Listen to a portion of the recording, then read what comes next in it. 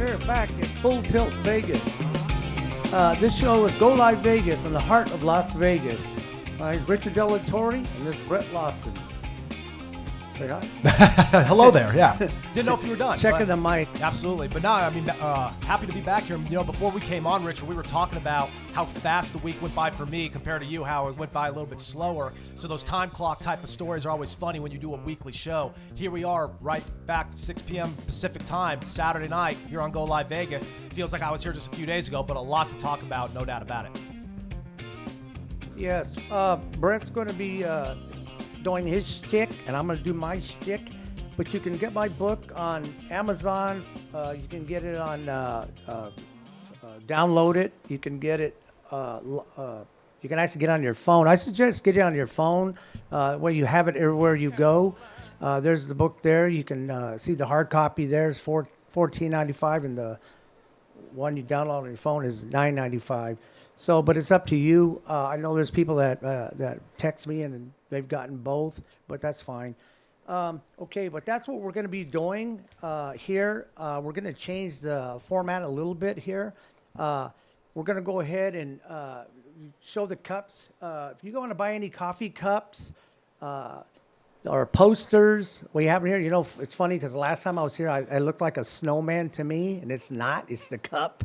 But you can get these cups. I bought 4 of them, one for my son, one for my daughter, then their spouses, and I got me that poster. And yep, there they are sleeping.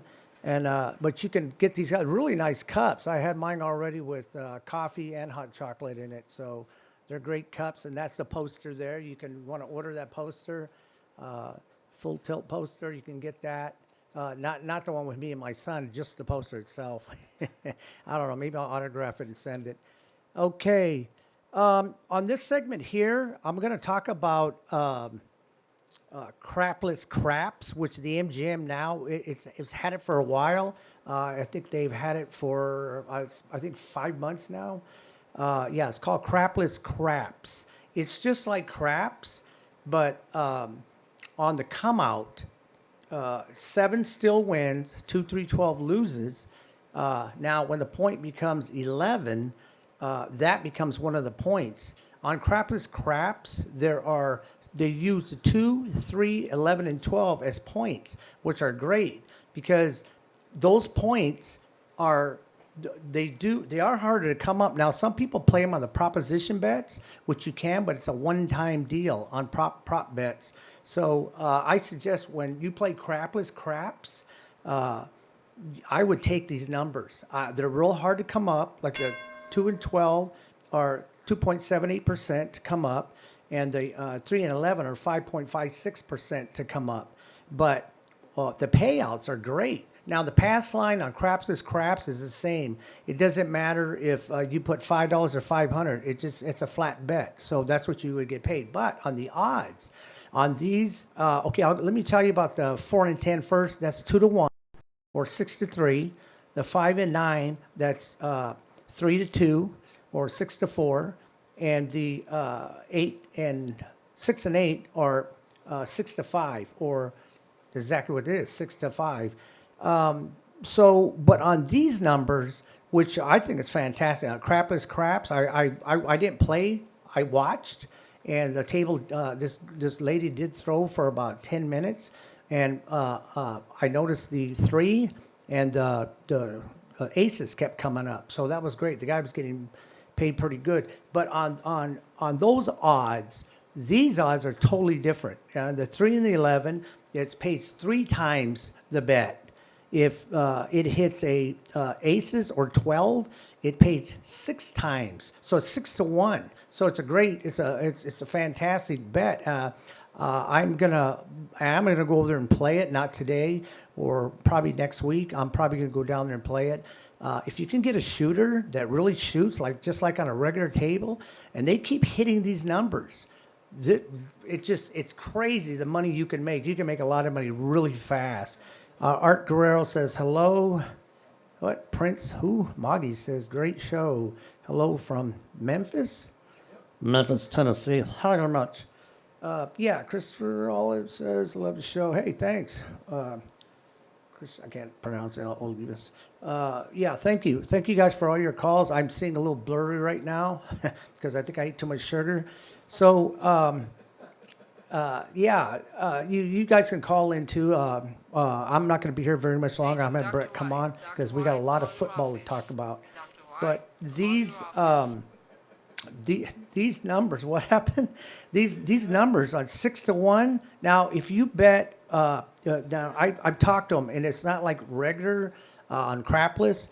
You have to bet $20, 20 or more up to get the 6-1 on the 2, 3, 11, and 12. But it doesn't matter. The payout is incredible. I was with a friend of mine, Dave Martinez. He's a dealer. He's a dealer now.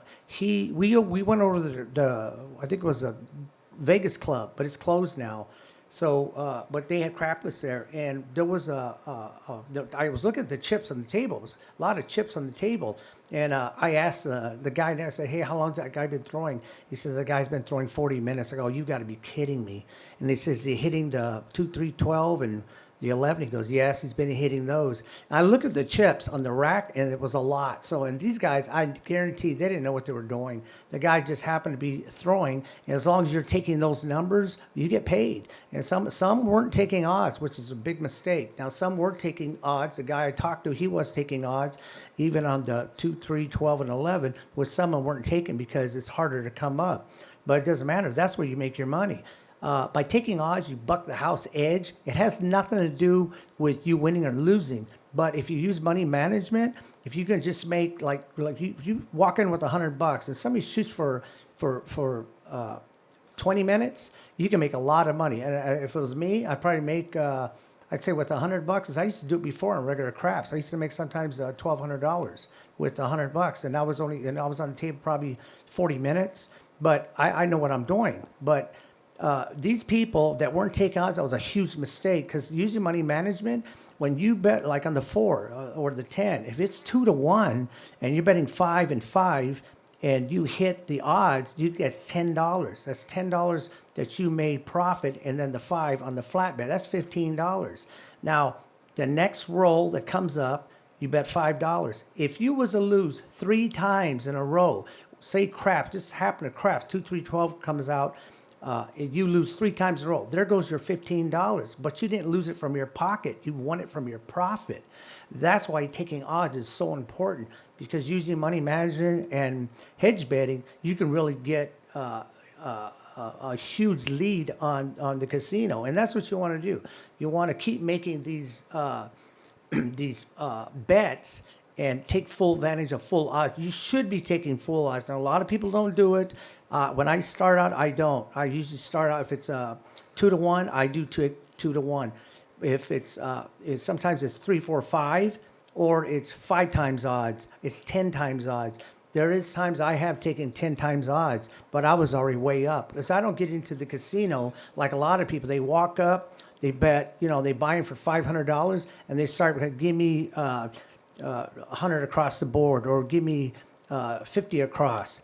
I says, you don't do that. You should only bet 3 numbers in the beginning. The point, and if it's 6 and 8, you bet 6 and 8. If the point is 9, if the point's 5, bet 6 and 8. If the point is 8, just surround the puck. You would bet a 6 and a 9. So don't ever go across the board. Remember, you have to bet. You have to win at least 5 times to break out even, if you're playing all 6. And the other thing is, you'll get into the casino really quick. Now, some people work on the come out, which is a huge mistake, because they're trying to win. They're going to win 1. They're chancing 6 to win 1. That's the dumbest thing. And I've seen people were doing it last night. I was at Sam's Town last night. I saw people doing this. There was a guy there was buying in. He placed all the numbers, and 7 came out, and he's betting $10 on the pass line, and he was betting, I think it was 15 across. And I said, why would you do that? I even asked him, why would you do that? You're going to only win 1. If 7 comes out, you win all those, and you win your pass line bet. Why would you do that? He goes, because the number might come up, because all those numbers. I says, the dice are set up for 7 to come out. That's why 7 keeps coming out. I think the guy lost, when I was there, he lost 4 times. And I finally I said, I'm gonna give this guy my card. So I gave him my card, and he actually listened to me because he saw I was making money, and he said he's gonna watch the show. So if you're watching, I hope you learn not to do that, because it's a really bad thing to be doing when you're playing, especially playing craps. Because a lot of times 7 does 3.5. My opinion is 3.5 times a 7 will come out of the roll of the dice. 3.5. Some people, there was a guy I know says 6 times. No, that's how many times 6 is in a 36 combinations. I says no, it's 3.5. There's people that do say it's 4. I mean, I've even tried to look it up, and you really can't find it. I average it out. It's about 3.5. 7 will come out per 3 rolls. So. I mean, you know, it's up to you. Whatever you want to do. If your bankroll allows you to do that, then that's up to you. I mean, yeah, the crap table could go through the roof right across. I've got tables, $25 tables at Circa, and boom, boom, boom. I was up, what was it, 15 minutes? I was up $500 in 15 minutes. But I was hitting the numbers. And then once I get my original investment back, which is not the 500. I think it was to 175. Once I get that back, I start pressing my numbers, and boom, I was just making pure profit. That night, I think it was that night. Yeah, that night I took home $3,700. I actually was up further than that, but I said, well, let me see. I'm so far up, I can take a couple of losses. So I took a couple of losses. I probably lost $700, but it took that to win 37. So I took home 37. But these are the things you can do. You can go to my my YouTube channel, which is Delatory 360 Entertainment. You can see all my videos. We're going to be putting up, I think, 37. We had technical problems, so we're going to put up 37. This is episode 38. Prince says, who's Prince? And I'm reading this here. So, yeah, you can see all my videos. If you want to learn anything about craps or blackjack or roulette, episode 6. I think 2 and 6 has Keno, slot machines. So you can go ahead and do that. Episode 7 through 10 is horse racing. If you don't know anything about horse racing, you want to know about horse racing, you can go there. I teach you. It's about 30 years of experience that I played horses for 9 years. So, but I still play. Matter of fact, I should have took a picture. I hit a pick 3 5 times. Paid pretty good.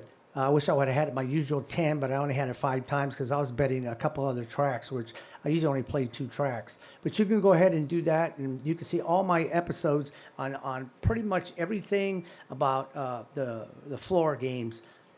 So right now, what I'm going to do, I'm going to let Brett take the helm. We're going to go ahead and show that commercial.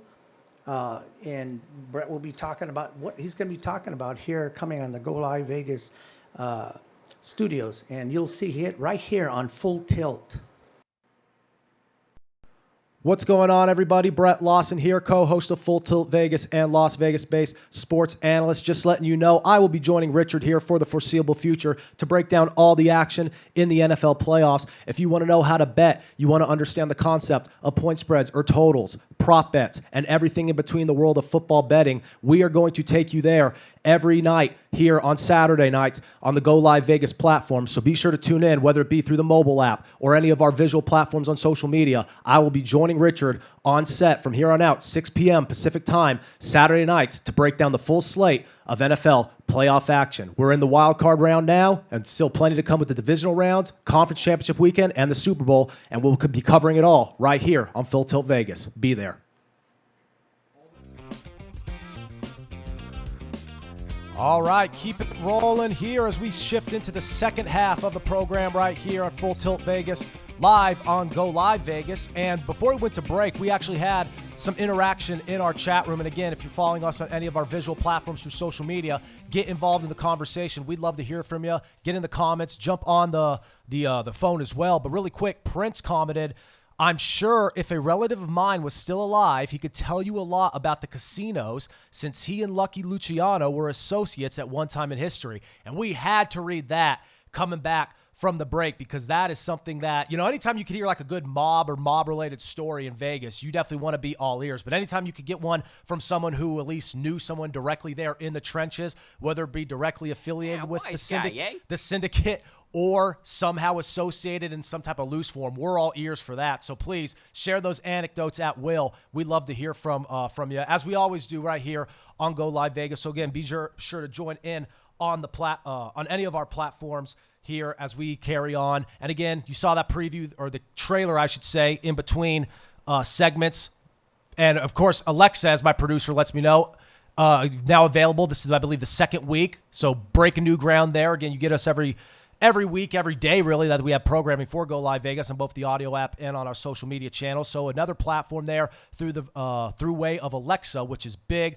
Great for our audio, great for just our internet audience in general who could tap in and listen, as well as the audience who continuously taps in and watches. And if you were watching last week, again, Richard let you know earlier, you saw that little clip there, kind of straddling things with me emphasizing how the next few weeks there's going to be a lot of football coverage, a lot of football betting analysis. We're here in the middle of Wildcard Saturday. We still have all of Sunday and all of Monday to go over in terms of the action, and we will do that here in the next 30 minutes or so. But really quick, I want to touch on where we were a week ago. And like I said at the top of the show, boy, does it not seem like a whole week since I was last here in the Go Live Vegas studios talking sports with you guys. But it was, and an eventful week at that.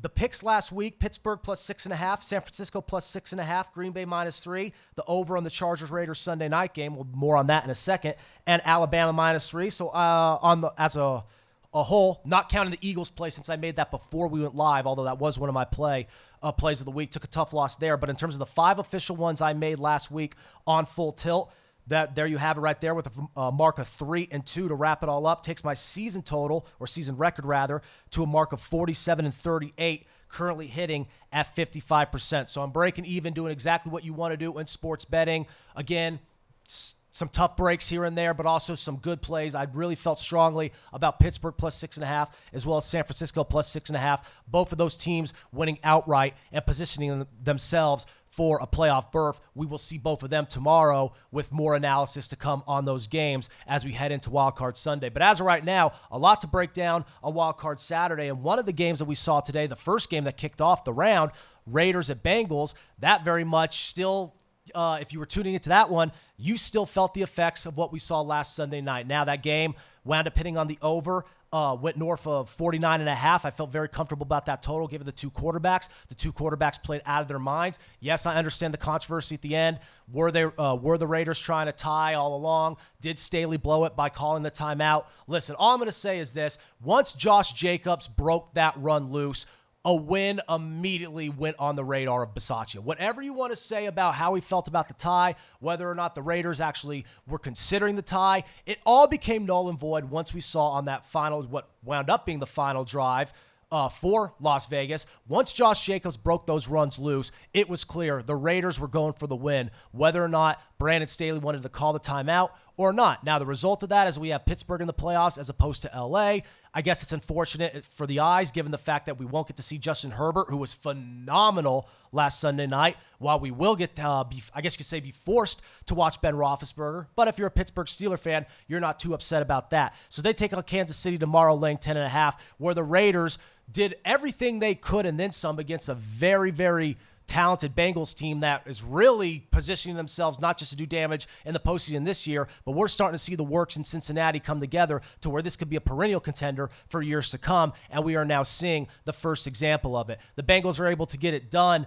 earlier this afternoon, snapping pretty much, I believe it's as long as any playoff drought in the league in terms of winning a game. Maybe, I mean, it's up there with Detroit and a few others, but we've seen some of these bottom feeders, these perennial bottom feeders in recent years win playoff games. A lot of people are wondering, when would it be the Bengals' turn? We've seen them accumulating a great roster of talent the past few years through the NFL draft. You bring in Joe Burrow, T. Higgins, Jamar Chase, Joe Mixon. There's so many weapons surrounding them, and we are now starting to see those pieces in motion. They get it done over a Game LV squad to kick off Wild Card Weekend. And the main takeaway from that game ultimately was, again, the Bengals were laying 4 in that contest. But the main takeaway for me was the fact that the Bengals, and it looked it could initially get away from Las Vegas early, but Las Vegas was able to stay tight in the pocket. They were able to battle on the ropes and really able to stay in the contest through its entirety. Just were constantly came up in the red zone. A lot of field goals rather than touchdowns that could have been the difference in the game, where Cincinnati early on was able to complete drives. And I think come time where you saw that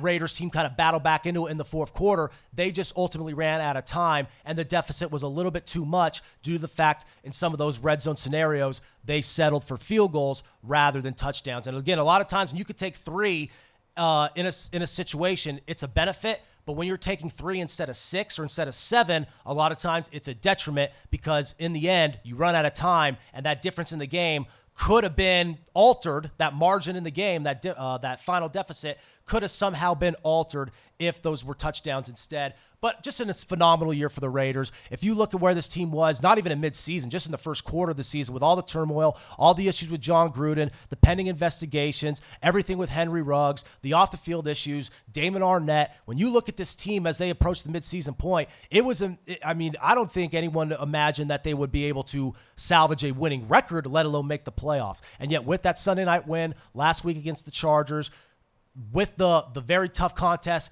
earlier this afternoon against the Bengals, I know no one likes to hang their hat on moral victories. And here we are, year 2 in Las Vegas. People are going to want to see some type of progression. This was a whole lot of progression. You want to talk about a team that overachieved, a team that wound up somewhere that, quite frankly, they had no business being for all intents and purposes. They had no reason to be there, and yet were able to get there and have a formidable opponent and have a respectable showing against that opponent. Moral victories don't really mean much, especially in the world of sports betting, but you really have to tip your hat to Bisaccia and the Raiders and just overall what this crop has been able to do in the wake of John Gruden and Arnett and Ruggs and so many other controversies that plagued this organization in just their second year in Las Vegas. But the main story that we're going to focus on, obviously, it's going to be the winner, and that winner is Cincinnati. So obviously, there's going to be a lot of talking points surrounding Joe Burrow and that offense and head coach Zach Taylor. The Bengals are a team that just a few years ago were at the bottom of the barrel, drafting Joe Burrow number 1 overall, and here they are. They got the quarterback right. They got the picks around him right. A lot of controversy in taking Jamar Chase this past spring over Penei Sewell. Still shaky on the offensive line, and that just goes to show once they shore up things in the trenches a little bit more, they're just going to be that much better in the near future. But the campaign's not done. So until we get to that point, we have to wrap up this season, and until they lose, they're still in the fight and make for an interesting team in the divisional round mix. And as of right now, the only team in the divisional round mix. Again, Buffalo and New England underway right now. Buffalo with a big lead after a big first quarter, which saw them go up 14-0. So just dabbling a little more into what we saw last week. Pittsburgh being able to cover against a depleted Baltimore team, still nonetheless a tough game in which the Steelers were able to cover and get the outright win. Green Bay laying 3. Looked good early on when Aaron Rodgers was actually in the lineup, but with Jordan Love coming in later in the game, once it seemed like Green Bay was kind of going to take their foot off the gas a little bit. Meanwhile, Detroit, who kept their foot on the gas for the entirety of the contest, played the game as if it was their damn Super Bowl. And next thing you know, Detroit is walking away with that win. So a very, very strange Week 18 without question, with the strangest occurrence being that Jacksonville win over Indianapolis, which booted Indianapolis, who had just 3 weeks ago people thought was the dark horse team that nobody wanted to play. Next thing you know, after a great performance by the rookie Trevor Lawrence and an abysmal performance by Carson Wentz, Indianapolis gets the boot, which allows Pittsburgh, who got that win simultaneously in that same time slot over Baltimore and that 6.5-point cover that I just mentioned. That allowed Pittsburgh to slide in to that wild card spot, and they were able to retain that wild card spot with the Sunday night game not ending in a tie. So again, if that ends in a tie, if Bisaccia and company actually don't kick the field goal and it ends all knotted up, here we are sitting with New England playing LA at this very moment, and then we would have seen the Raiders take on the Chiefs rather than the Broncos. So obviously what's done, it's done. It's etched in stone. It's history. But again, just shows the ramifications that surrounds those Week 18 matchups. And that's why I closed the show last week emphasizing how betting Week 18 is going to be so much different than betting the rest of the regular season that came before it, as well as betting the postseason that comes after it. Because we saw it last week when we were on live here at this time slot that we are here exactly a week removed, the Eagles were playing the Cowboys in the regular season finale. The Eagles rested a huge crop of their starters. In fact, you could even say the majority of their starters, at least at certain positional units, including their quarterback. Now, Gardner Minshew is one of the better backup quarterbacks in the league, but given how Dallas seems, it was just one of those games where Dallas showed up, Philadelphia didn't, and Philadelphia was depleted from the get-go anyway. Jalen Hurts was sat down. A lot of their key defensive players were sat down. It was just one of those games where you weren't really watching both of those teams at full force, and yet I still like the Eagles early on because I did not expect that from Dallas. We got a 50-burger from the Cowboys, which was hugely impressive, and I'll be the first to admit right here, a week later, trying to eat crow, if you will, I did not see that coming. So that brings us in a position for tomorrow with Tampa Bay taking on Philadelphia, Dallas taking on San Francisco. Again, it's all set, and I expect to see much different teams on both of those for both of those respective NFC East squads come tomorrow. I like the Eagles with a cover, and I also like a play in that in that Niners Dallas game. That brings me to the final one. We'll wrap up for Week 18. That San Francisco game, I liked them plus 6.5. However, I actually thought the Rams would win the game outright and walk away with the victory, kind of souling up or mudding up, if you will, the San Francisco 49ers' chances to make it to the postseason. Yet they're able to lock their spot in. They take on Dallas tomorrow, and the name of that game was just San Francisco's physicality in the trenches, being able to get Deebo Samuel, who's a bona fide star, maybe the best utility weapon in the league right now, getting him the ball and keeping this Los Angeles Rams defense off balance while also capitalizing on key mistakes from Matthew Stafford. And now here we are. We're sitting with a Cowboys-Niners matchup that could very much lead to a very interesting contest throughout all four quarters, given how the Niners are riding a whole lot of momentum, as are the Cowboys, based off of what we saw in Week 18. But again, with the injuries, with the resting of starters, with the fact that so many of these Week 18 finale games are divisional contests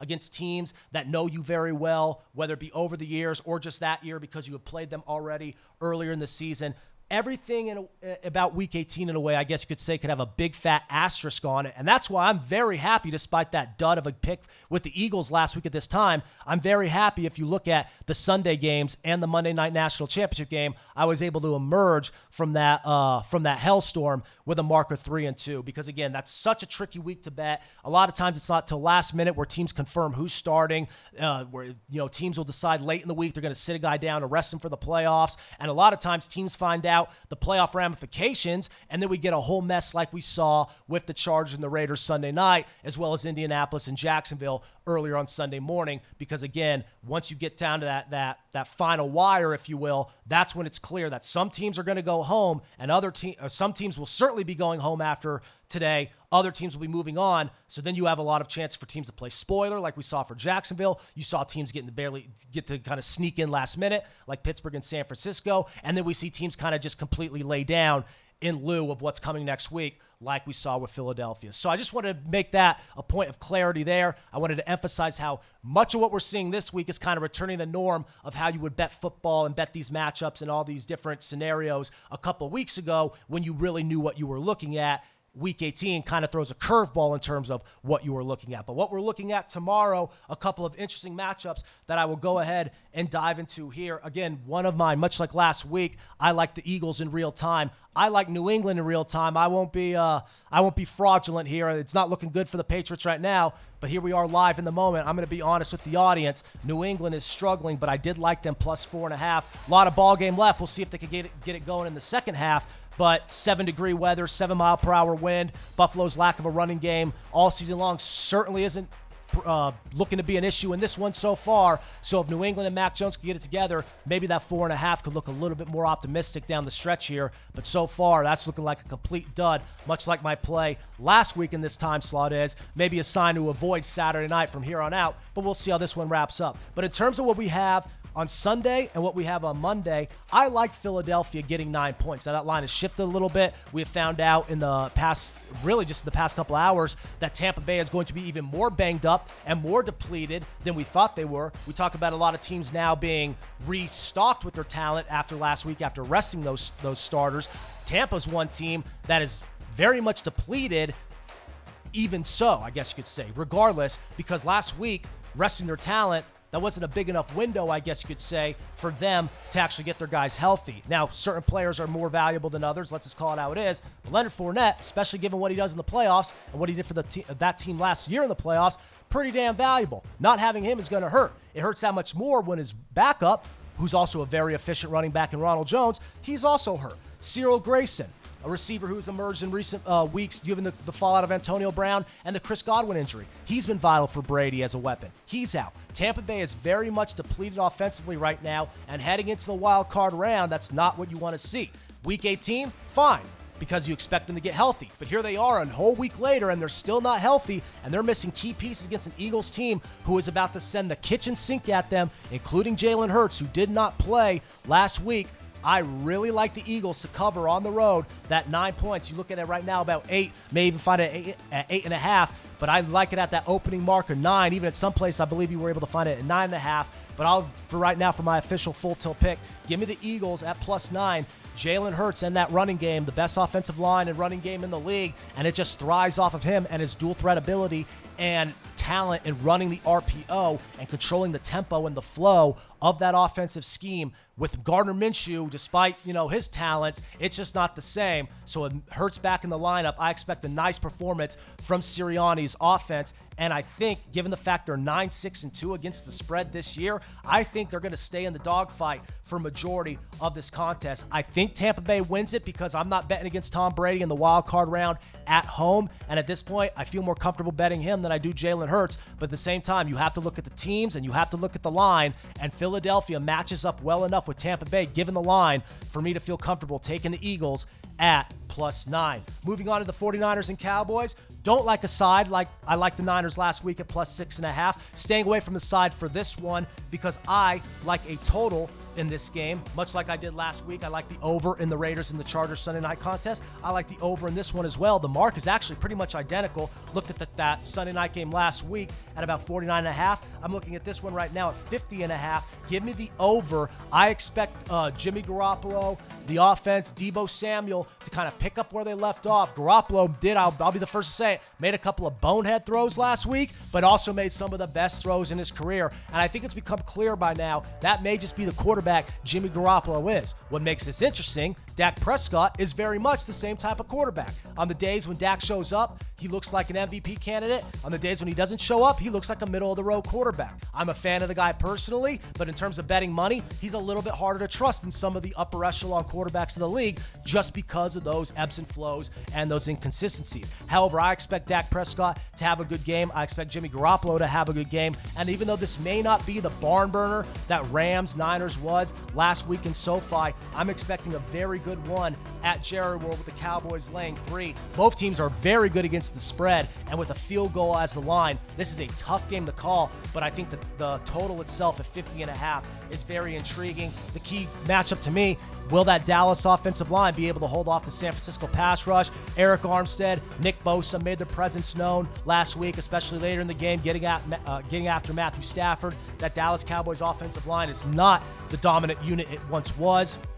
Obviously still has some key pieces there, some legit household names, and some just, I guess you could say, some veteran talent, but it's hard from what you would call a dominating unit. San Francisco's D-line, not the unit it once was a few years ago when they made the Super Bowl, but nonetheless, a unit that is coming into this game red hot, where Dallas's offensive line has a few more question marks surrounding them. So that's what it's all going to come down to, I believe. And if the Niners pass rush can get going, it could be a long day for Dak Prescott. But either way, at some point, Jimmy Garoppolo, he's going to have pressure too from DeMarcus Lawrence, from Micah Parsons. And it's going to be dependent on him to make a couple of big plays. And if he's able to do that, I think the Niners could carry on momentum and Kyle Shanahan's team could find themselves in the divisional round. Gun to my head, however, if I had to take a pick, I'm firing on the Cowboys with the win. I'm not touching on the spread like I said, but give me the over 50.5 looking at Dallas. I actually want to include this play because I am parlaying this in the Philadelphia Eagles Tampa Bay matchup.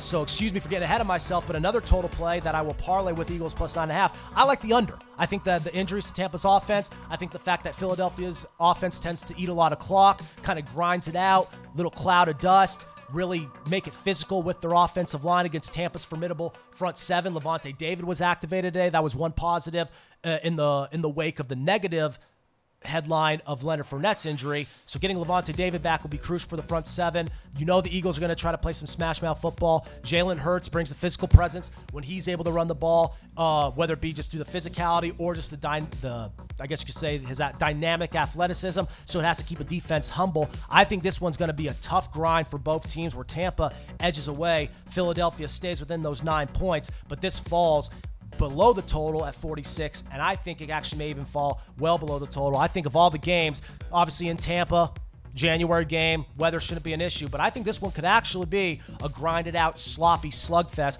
type of affair. So those are my 2 picks in that one that I would actually parlay together. Eagles with the points and the under. Those are 2 picks you could bundle, and then separate straight up pick approaching the total.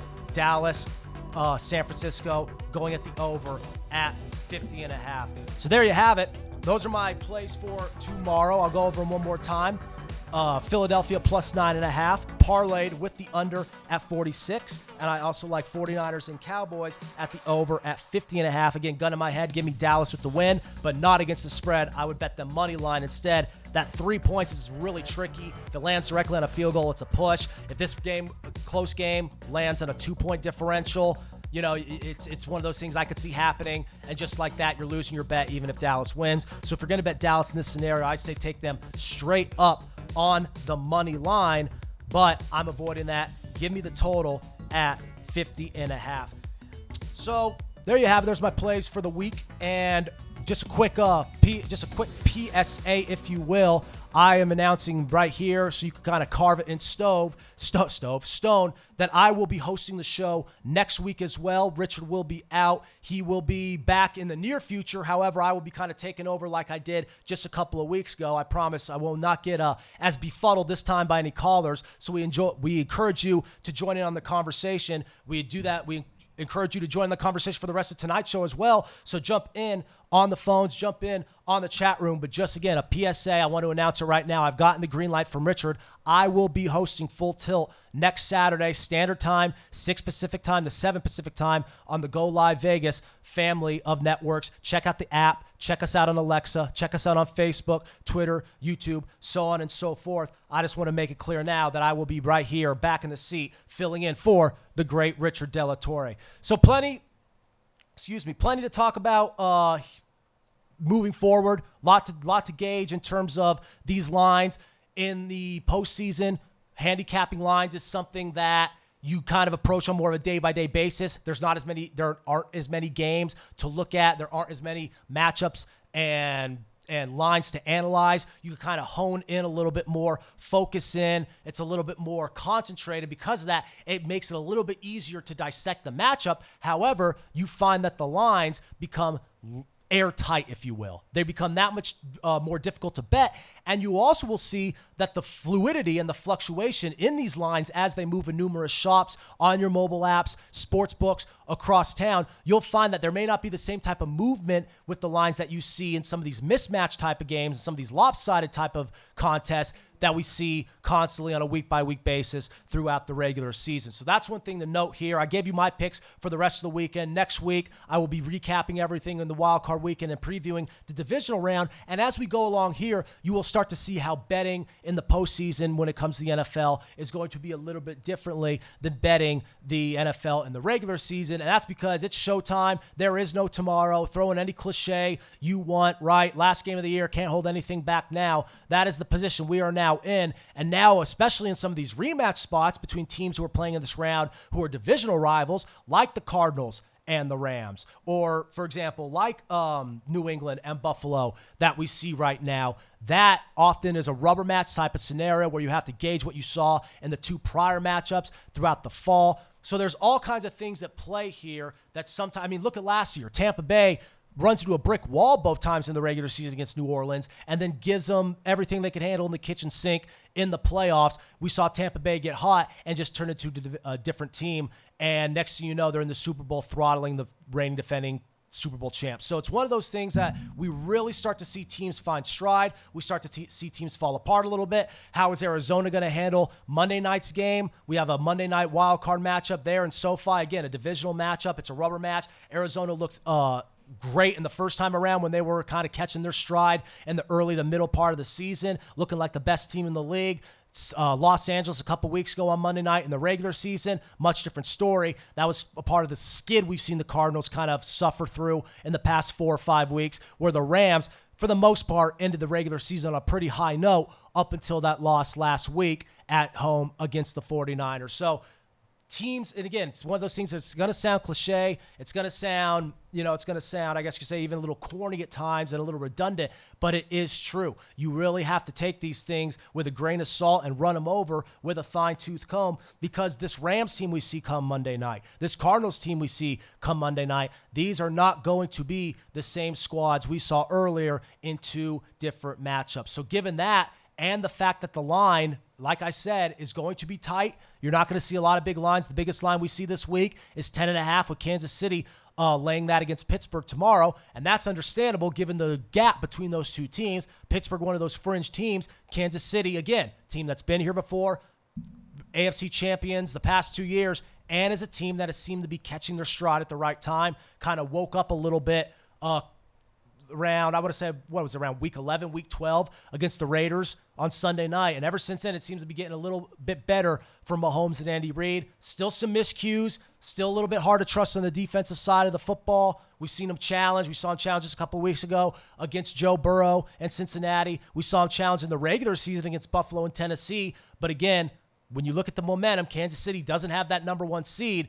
They have the number 2 seed. Tennessee does. So if we see a KC-Tennessee rematch, that will be interesting, because now Tennessee wasn't as good down the stretch. Injured Derrick Henry. However, that same Derrick Henry will be back in action. Lots to gauge here, lots to analyze, and lots to weigh into this equation, but we can't get ahead of ourselves either. For all we know, Pittsburgh comes out and plays out of their minds tomorrow at Arrowhead, and next thing you know, the fourth quarter's knocking on the door, and that is a much more competitive game than we ever would have envisioned, I guess you could say. So 15 minutes wrapping up here. I actually want to go ahead and give you my thoughts, because last week on Full Tilt, we closed things up with me previewing Monday's national championship game. Here we are almost a full week later with a bow on it, and, well, safe to say I was wrong. On my 3-2 mark on Full Tilt last week, that was one of my losses, Alabama -3. I did not think Stetson Bennett would have been up to the task to get it done. I thought Georgia's defense and other pieces were, but I thought eventually it would come down in that game where Stetson Bennett had to make a key play. Guess what? That was the case, and Stetson Bennett made that key play. A couple of incredible throws in the second half, and really the story of that game was what Georgia was able to do in the fourth quarter. Imposed their will, dominated the trenches, pounded the football, and really was just the more physical team throughout those final 9-10 minutes of action. And when you saw Georgia in that first half, it was not looking good. Their defense was playing great. They were maintaining the line of scrimmage. They weren't getting pushed around like we saw in that first matchup a month prior in the SEC championship game, but the offense still really just couldn't find their groove. It was perfectly clear that Georgia had the offense to move the ball against Bama, but they just couldn't find the rhythm. In the second half, they found the rhythm. Stetson Bennett worked off a couple of deep throws, made an incredible throw down towards the red zone to really kind of change everything up. And from that point onward, it was all Georgia. Nakobe Dean was incredible. He's now entering the NFL draft, as are numerous other defenders for that Bulldogs unit, which really, despite having that tough loss in Atlanta to Alabama a month prior, really established themselves and really solidified themselves, especially with this win, as one of the better units in recent history in terms of the defensive side of the football. So a great defense all year long from Georgia, was able to redeem itself against Alabama and the Heisman Trophy winner Bryce Young in the national championship game this past Monday against Indianapolis. And in terms of the game itself, it was just that. Georgia punching Alabama in the mouth, staying in the fight up till that point rather, but then in the fourth quarter, really taking it to them and kind of taking that game away from Alabama as they went for the throat. So again, Alabama did have the edge going in at quarterback. I don't think anyone, even in hindsight, would say that Bryce Young is an inferior quarterback than Stetson Bennett. However, given the circumstances, Stetson Bennett had a little bit more help, and once Georgia was able to take the lead, it was clear Bryce Young just did too much to try to force things late in the game. He knew there was a deficit. He knew his team had to do something late with their backs against the wall. He chucks it up. It's intercepted, taken to the house, and next thing you know, the final score is much different than it would have been had it ended right then and there. By way of, I believe it was 33-18 via the Dogs. So great redemption. Tell you one thing, going 0-5 against Saban and Bama, if you're Kirby Smart, that would have been rough. 1-4, I mean, that's still a lot of ground to cover, but 1-4 screams a lot different than 0-5. So for Kirby Smart to finally get that big win after the heartbreaker in the national title 4 years ago, after the heartbreaker the year after that in the SEC title game, after losing last year in the regular season, and after losing just a few weeks ago in the SEC championship in embarrassing fashion, Georgia finally gets over the hump. They have been building towards this the past few years with the recruiting, and it's like what I talked about just a couple of weeks ago, filling in for Richard on this show.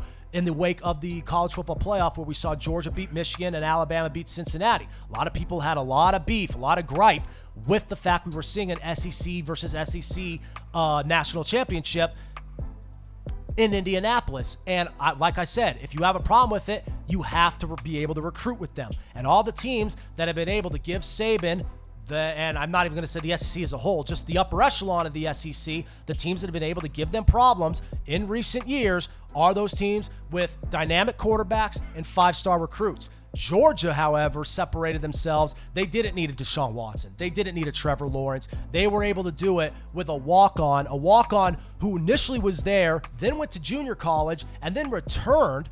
So perhaps maybe the greatest walk-on story in the history of FBS college football, let alone one for a storied program like Georgia, who has not won a national championship despite all their success in the sport since 1980, and beating the big bad king on the hill, Alabama, in the process, is certainly something that's going to be monumental just forever, for years to come in the SEC and for the landscape of college football, even if Bama gets right back there next year, because it shows that other teams can compete with them by recruiting with them. And if you could recruit with them and you could put talent, a caliber of talent and athlete similar to what you're seeing coming out of Tuscaloosa, if you could do that on Saturday afternoons, you will have a chance. And not many teams can do it. Dabo Swinney in Georgia. You had Urban Meyer 1 year in Ohio State, and now Dabo Swinney in Clemson, and now you have Kirby Smart and Georgia. These teams compete Alabama-type prospects, Alabama-type recruits, and that is why you see players, you see these young kids who are destined to have greatness in the NFL, but before they get there, it's all about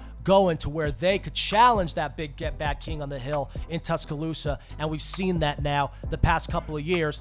It's far in between. It's few and far in between, and understandably so, because Saban is so good at reloading, and it seems like every time a team shortens a gap, he finds a way to widen it, and that's why Alabama is right there with Georgia as the favorites to repeat next year. There's a good chance come January 2023, we are going to see a direct rematch of these two teams, because when you can recruit, you can reload, and when you can reload, you are going to be able to consistently produce regardless of the conference you are in. So I think really this is a testament to how well Georgia has recruited in recent years, what Kirby Smart has been able to do given the fact he knows the local landscape, being at Alabama for so long, as well as being an alum for the Bulldogs back in the day. I think that has really given him an advantage in recruiting, and he has allowed him in a relatively short period of time to be able to build this type of roster. And we've seen other good Georgia rosters in the past few years, even Georgia rosters with better quarterback play. But something about this team, the defense, the weapons you have on offense, the true freshman tight end Brent Bowers, some of these other key pieces that you had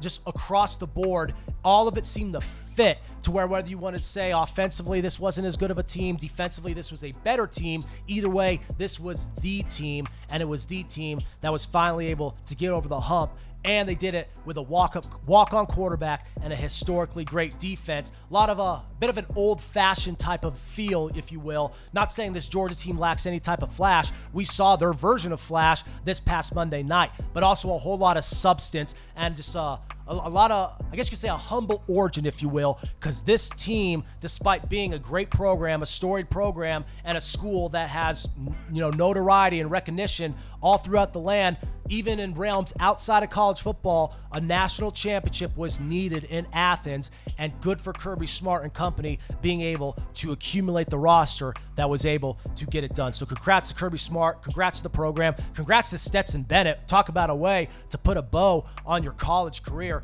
Just a lot of feel-good narratives all in all going on for Georgia. But if you're a Tide backer, if you're a Tide fan, if you've been screaming Roll Tide all your life, fear not. I don't think sitting here nearly a week removed you're worried about too much, because you know as well as anybody you're going to be right back there. So expect Alabama to reload. Again, losing Jamison Williams in that game hurt them tremendously. There were some injuries. John Mechie getting hurt even before that. So this offense, despite being very stacked, wasn't as stacked as it probably should have been if they were all healthy, but it's football, and it's football in January. How often will you find a team that's completely healthy? But Bryce Young, he'll be a true sophomore or be a true junior next year. Likely will be his last year.